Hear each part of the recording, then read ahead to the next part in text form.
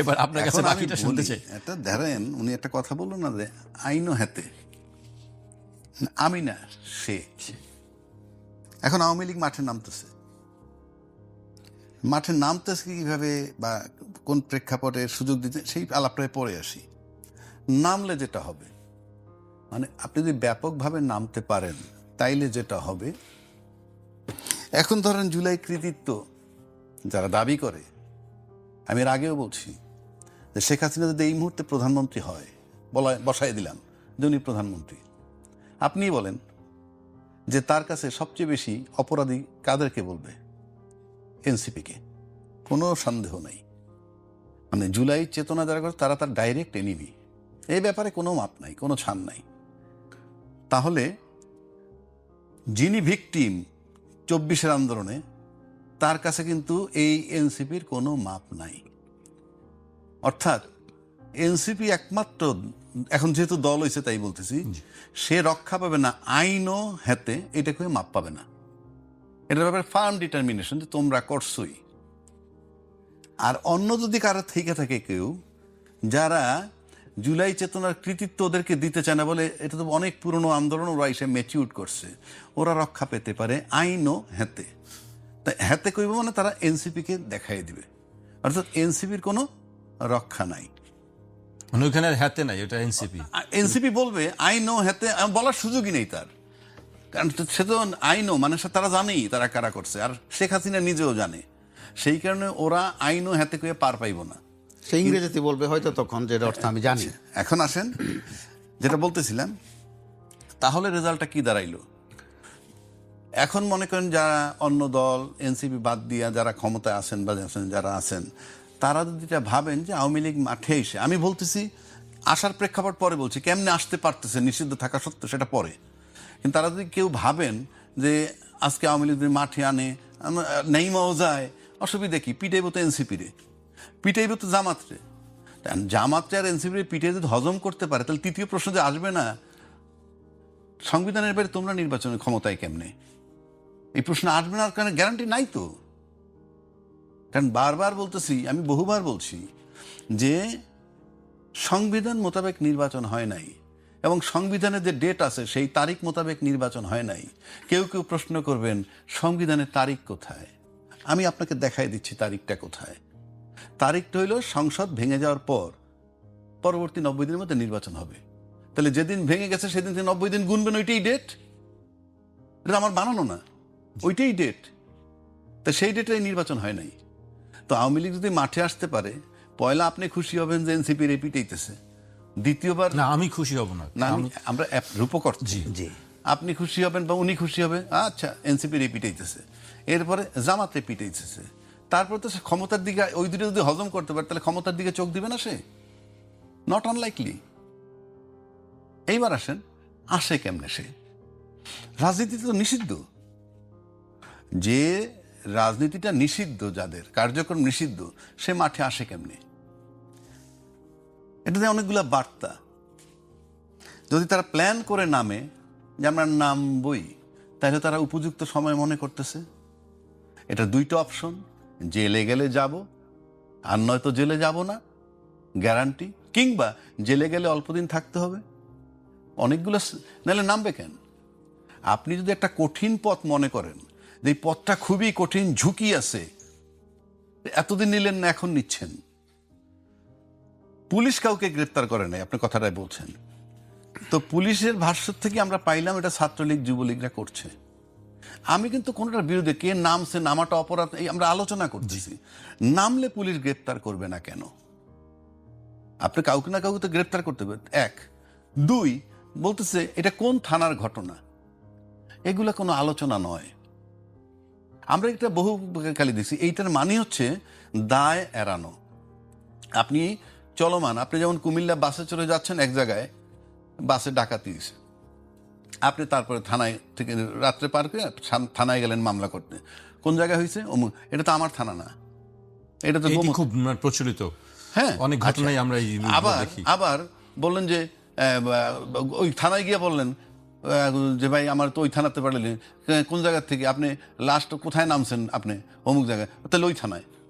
এটার মানে হচ্ছে আপনি এই মামলাটা নিতে চাচ্ছেন না, অনীহা প্রকাশ করা। এই অনীহা প্রকাশ করাই মানে তাদেরকে ফেভার করা। আমি কি বুঝাইতে পারছি আপনাকে? আপনি যখন ককটেল মারবেন, মারার পর কোন থানার ঘটনা বলে 2টা থানার ওসি যখন এড়াইয়ে যাইতেছে, তখন আপনি ধরে নেবেন এই এড়ানো মানেই হচ্ছে তাদেরকে সুযোগ দেয়া। এইবার আসেন, এই কারণে যদি এই 2 থানার ধস্তাধস্তি 2 থানার ওসি সাসপেন্ড না হয়, আমি তাদেরকে সাসপেন্ড করতে বলছি না, আপনার আলোচনার থেকে বলছি, 2 থানার ওসি যদি সাসপেন্ড না হয়, এসপিকে যদি কৈফিয়ত তলব না করে, তাইলে ধরে নেবেন যে মন্ত্রণালয় এটার ব্যাপারে ইন্টারেস্টেড কিনা, প্রশ্ন আসবে। কারণ আপনার যে দলের কার্যক্রম নিষিদ্ধ রাষ্ট্রীয়ভাবে, সেটা সরকার জানে, সরকারের প্রশাসন জানে। আপনি ধরতে পারতেছেন না, 2 থানার অজুহাত দিয়ে ধরবেন না, থানার ওসি যদি বিরুদ্ধে যদি কোনো অ্যাকশন নেওয়া না হয়, এসপির কাছে যদি কৈফিয়ত চাওয়া না হয়, তাহলে ধরে নিতে হবে যে অলিখিতভাবে অ্যাপ্রুভাল দেয়া। তাহলে ধরবেন না কেন আপনি? আমি কি আপনার বুঝাইতে পারছি? এইবার আসেন দ্বিতীয় ধাপ। যদি তারা মাঠে নামে এইভাবে, পার্লামেন্ট কিন্তু 18 কোটি লোকের প্রতিনিধি থাকে। 300 এমপি মানে 18 কোটি লোকের, 300 এমপি মানে বাংলাদেশটাকে তো 300 ভাগ করা, সেই প্রতিটা ভাগ থেকে একজন করে সংসদ সদস্য ভিতরে ঢুকছে ব্যক্তি, তো এটা সমষ্টি করলে কি হয়, 18 কোটি লোকের প্রতিনিধি ওখানে। সেই 18 কোটি লোকের, আমি আওয়ামী লীগ বাদ দিলাম, 18 কোটি লোক অফিসিয়ালি, সেখানে কিন্তু ফ্রম ডে 1 একটা গ্যাপ হয়ে রয়েছে। গ্যাপটা পরে বলি। এই যে বললাম আওয়ামী লীগ যে মাঠে যদি আসে এনসিপির এই পিটাবে, এনসিপি যদি বুদ্ধিমান হয়, সে চিন্তা করবে পিটাইতে পারবে না কেন, তারা মোকাবেলা করবে। আর পারবে না কেন? যেহেতু আওয়ামী লীগ ক্ষমতায় নাই, পুলিশ তার পক্ষে নাই, সেহেতু ক্ষমতায় মারামারি এক জিনিস, আর ডিটেনশন নেওয়া, আটকায় রাখা, সেটা কঠিন কাজ। তো এখন যে জায়গাটা আমি ছিলাম, ফ্রম ডে 1 পার্লামেন্টে কোনো একটা খারাপ সিচুয়েশন এলে যে সব দল একত্রিত হবে, ভাই যেমন বললেন, একত্রিত হয়, কিন্তু এখানে আপনি হবেন না। কেন হবেন না? এইবারে পার্লামেন্টে যাওয়ার আগে কিন্তু কিছু প্রতিশ্রুতি ছিল, এগুলো ছিল রাজনৈতিক দলের মধ্যে, আর রাজনৈতিক দলের মাধ্যমে সাধারণ জনগণ প্রতিশ্রুতি পাইছে। রাজনৈতিক দলগুলো ঐক্যমত্য হয়েছে, আমরা গণভোট করব, গণভোট করে নির্বাচনের সময় একই দিনে গণভোট করব, গণভোট করে গণভোটের আলোকে জুলাই সনদ বাস্তবায়ন করব। এগুলো কিন্তু রাজনৈতিক দলের ভিতরে সমঝোতা, আর এই রাজনৈতিক দলের মধ্যে জনগণের কাছে দেওয়া প্রতিশ্রুতি। কিন্তু আপনি পার্লামেন্টে যাওয়ার পর যখন প্রতিশ্রুতি ভঙ্গ করলেন, আমি সুনিশ্চিতভাবে বলে দিচ্ছি এটা ভঙ্গ হয়ে গেছে। আপনার করার ইন্টেনশনে একটা অধিবেশন শেষ হওয়ার পর পরবর্তী অধিবেশনে অর্থ অধিবেশন বলে, এটাকে বলে অর্থ অধিবেশন, বাজেট অধিবেশন শুরু হয়ে গেল, ওই আলোচনা নাই। তাহলে তো ফ্রম ডে 1 আপনার ইউনিটি নষ্ট হয়ে গেছে। এখন আসেন, এই ইউনিটি কেউ ভাঙতে যাবে না, এই ইউনিটি আপনি ইউনাইটেড করতে পারবেন না। এই কারণে আপনি ওই যে প্রতিশ্রুতি দিছিলেন, এখন আপনি বাস্তবায়ন করতেছেন না, বলতে বিরোধী দলরা কি করবে? আপনি তো 2/3 মেজরিটি নিতে আপনি কিছু করতে পারবেন না, বিরোধী দলের এরা কিছু করতে পারবে না। ফলে আপনি মুখে যাই বলেন না কেন, আপনি নন কোঅপারেটেড থাকবেন। 2 নম্বর, প্রথম অধিবেশনটা আমরা কি দেখলাম? আমরা যে প্রথম অধিবেশনটা দেখলাম, পুরা যতদিন হয়েছে, এখানে আলাপটা হয়েছে কি? আলাপ হওয়ার কথা হচ্ছিল কিন্তু ওইগুলা, সেই গণভোট বাস্তবায়নের আলোকে সংবিধান সংস্কার না সংশোধন ইত্যাদি ইত্যাদি, সেটা কিন্তু আলাপ হয় নাই। আলাপ হয়েছে কি জানেন? গুপ্ত সুপ্ত, স্বাধীন পক্ষ শক্তি, বিপক্ষ শক্তি। এখন আবার আলাপ হইতেছে একটা কোথায় রেপ হয়েছে, সেই রেপ নিয়ে 30 মিনিট 40 মিনিট আলাপ হয়েছে। নামকরণের বিষয় আছে, নামকরণের বিষয় আছে, আরেকটি বিষয় যে জীবিত বাবাকে মুক্তিযুদ্ধে ঠিক আছে, অনেক এই যে আলাপগুলো হচ্ছে, তারপরে ইংরেজি কিভাবে 71 সালে বাবা মারা গেছে, তো 81 সালে তার জন্ম, নানান কাহিনী। আপনি চিন্তা করেন তো, পুরো দেশটা, এটার ইম্প্যাক্টটা কি, এই রাষ্ট্রে এটার ইম্প্যাক্টটা কি? আলোচনার খোরাক হচ্ছে আর কি, আলোচনার খরচ। হিসাব করে আসলাম 2,76,000 টাকা করে পার মিনিট ব্যয় করে এই আলাপ, রাস্তা কাঁচা। আপনি পার্লামেন্টে আলাপ করেন, যদি আপনাদের সেরকম থাকে। সম্প্রতি ভারতে কি হয়েছে, দিল্লিতে, সেই দিল্লি কাণ্ড নিয়ে পার্লামেন্টে আলাপ করেন, যে এখানে কার অপরাধ, কি অপরাধ, এটা কেন হইল।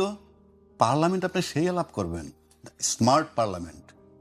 আপনি আলাপ করেন শুদ্ধ বাংলা কয় কিনা, শুদ্ধ ইংরেজি কয় কিনা, তারপরে রেপের ঘটনা নিয়ে, এইটার জন্য আপনাদেরকে জনগণ ভোট দিছে। জনগণ ভোট দিছিল যে কালে, সেগুলো তো নষ্ট করলেনই, প্রতিশ্রুতি ভঙ্গ করে ফেলছেন। যদি কোনোদিন এটা বাস্তবায়ন হয়, আপনি মনে করবেন সহজভাবে হবে না। আবার যদি কোনো বাজে পরিস্থিতি হয় তাইলে হয়তো হবে, নাইলে এটা হওয়ার কোনো কারণ নাই। আর না করলে যেটা হবে, আপনি ডিভিশন করে ফেলছেন, আপনি কখনো ইউনাইটেড হতে পারবেন না। কারণ আপনি ক্ষমতায় যখন চলে আসার পর আপনি যার যার তারটা দেখেন, তখন তো আপনাদের ভিতরে question of not trust, rather mistrust. ভিতরে যদি আপনাদের বিশ্বাস ভঙ্গ হয়ে যায়, কি হবে? যারটা সে সামাল দিবে। ইউনাইটেড আপনি করতে পারবেন না, কারণ দেশ সেই জায়গাটায় নাই। কারণ আপনি পার্লামেন্টে কি করেন এই দেশের জনগণ দেখে। জনগণ যদি এত মূর্খ মনে করেন আপনার সাথে হয়তো ইংরেজি বলতে পারে না, তাদের মেধা আছে। কেন বলছি? যারা খুব ভালো ইংরেজি জানেন, খুব বড় পণ্ডিত, খুব বড় পিএইচডি, চাকরি টোকান, কিন্তু রাষ্ট্র যারা চালায় খুব পণ্ডিত হইতো না, মেধা দরকার। জি, কারণ আমি একটা ছোট্ট কথা বলি, একজনে লেখাপড়া জানে না, সে বড় ব্যবসায়ী, ভদ্রলোক মারা গেছেন। তিনি পোলার আইসক্রিম কোম্পানির মালিক, আমানুল্লাহ সাহেব। তার ওখানে আমার যাওয়ার সুযোগ হয়েছিল একবার একটা কারণে। আমি স্মরণ করতেছি এই কারণে, মৃত লোকের গীবত করছি না, প্রশংসা করছি। টেলিফোন আসলো জাপান থেকে, তার লোক এসে টেলিফোনটা দিয়ে দিল, স্যার জাপান থেকে টেলিফোন আসছে। সে ইংরেজি কইব, কি কইব আল্লাহ জানে, আমি জানি লেখাপড়া জানে না। বৈঠেছি বলতেছে, আমান স্পিকিং, এলসি সেন্ড, ফ্যাক্স কাম, টেলেক্স কাম, শিপ নো কাম। এইভাবে ভাই 3-4 মিনিট আলাপ করছে। আমি বসা, আরেক ভদ্রলোক ছিল মেজর কামরুল, ভদ্রলোক মারা গেছেন। বাইরে এসে দুদিন আলোচনা করলাম, ভাইটাল কথা একটাও ছুটে নাই। এই কথা বলছে উনি, আর 1.5 মিনিটে, আমাগো লাগতো 7 মিনিট। ইংরেজি ঠিক করতাম, ওইটা সেইটা, কিন্তু আপনার চমৎকার ইংরেজিটা। আমান স্পিকিং, এলসি সেন্ড, ফ্যাক্স কাম, টেলেক্স কাম, যেগুলো দরকার সেগুলোই তিনি ইয়েস, একদম কাজের কথাগুলো বলে এটাকে দিয়েছেন। বলে এটাকে বলে তিনি দিয়ে মেধা। দিয়েছেন। সুতরাং এই পার্লামেন্টে কে কি ভুল কইলো, কে কতটুকু ইংরেজি জানে, আমাদের জানা আছে বাইরের থেকে, আমাদের জানা আছে, গল্প করে তো লাভ নাই। কে কতটুকু ইংরেজি জানেন, কে কতটুকু লেখাপড়া করছেন, আমাদের জানা আছে। আমরা যে খুব বেশি করে তাও না, জানা আছে। আমি আপনার পার্থক্য নাই তো, শুধু চেয়ারটা পাওয়ার পর আপনি বিরাট কিছু হয়ে গেছেন, এর বাইরে তো কিছু না। সুতরাং ওই আলোচনা বাদ দিয়ে আমি আবারও বলছি, দিল্লির ইস্যুটা পারলে আলাপ করেন পার্লামেন্টে। That is very important in the name of security even, plus দুই দেশের রিলেশনশিপ নিয়ে। জি।